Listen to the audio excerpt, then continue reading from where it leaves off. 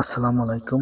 ফার্মসো বিডির পক্ষ থেকে আপনাকে স্বাগতম। এখন আমি আপনাদের সাথে ভিডিওতে যে বিষয় নিয়ে আলোচনা করব সে বিষয়টি হলো ক্ষেতে ইঁদুরে আক্রমণ করলে আপনারা কি করবেন, এই বিষয় নিয়ে। আমার এই ভিডিওটি যদি আপনাদের একটু ভালো লেগে থাকে তাহলে প্লিজ লাইক, শেয়ার, কমেন্ট এবং সাবস্ক্রাইব করবেন। আপনাদের কোনো বিষয়ে যদি প্রশ্ন থাকে তাহলে আমাকে কমেন্ট করবেন, আমি পরবর্তী ভিডিওতে সেই বিষয়ে উত্তর দিয়ে দিব।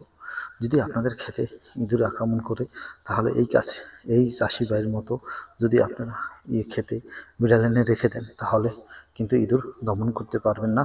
আপনার মনে রাখতে হবে, কেননা ইঁদুর রাতে আক্রমণ করে, দিনে খুব কম আক্রমণ করে, কেননা দিনে ইঁদুর কম বের হয়।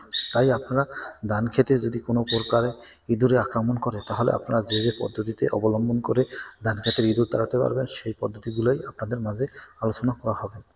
আপনারা ধান খেতে যদি ইঁদুরে আক্রমণ করে তাহলে সর্বপ্রথম আপনারা ইঁদুর তাড়ানোর জন্য যে কোনো একটি বিষ ব্যবহার করতে পারেন, যা ইঁদুরে খেলে ইঁদুর মারা যায় এরকম ধরনের বিষ ব্যবহার করতে হবে। এর জন্য ইঁদুরের গম আছে, ইঁদুরের কিক আছে, ইঁদুরের কষ আছে, এরকম যে কোনো জিনিস একটা ব্যবহার করতে পারেন। যদি ইঁদুরের কষ ব্যবহার করেন তাহলে সবচেয়ে বেশি ভালো হয়, কেননা যখনই ইঁদুর আসবে তখনই কষে আটকে যাবে। অথবা আপনারা ইঁদুরের মুখে আলকাতরা ব্যবহার করতে পারেন, কেননা মনে রাখবেন ইঁদুর যদি একবার ভয় পায় সেখানে 41 দিন পর্যন্ত আসে না।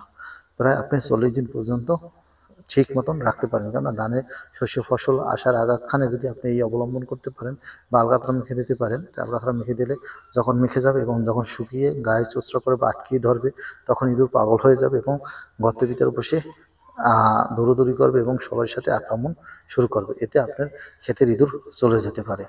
এছাড়া আপনি পারেন সম্পূর্ণ ক্ষেত পলিথিন দিয়ে আটকিয়ে দিতে।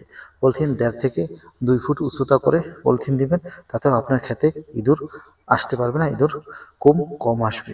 এভাবে যদি আপনি ইঁদুর দমন করতে পারেন। আমার ভিডিও ভালো লাগলে প্লিজ সাবস্ক্রাইব।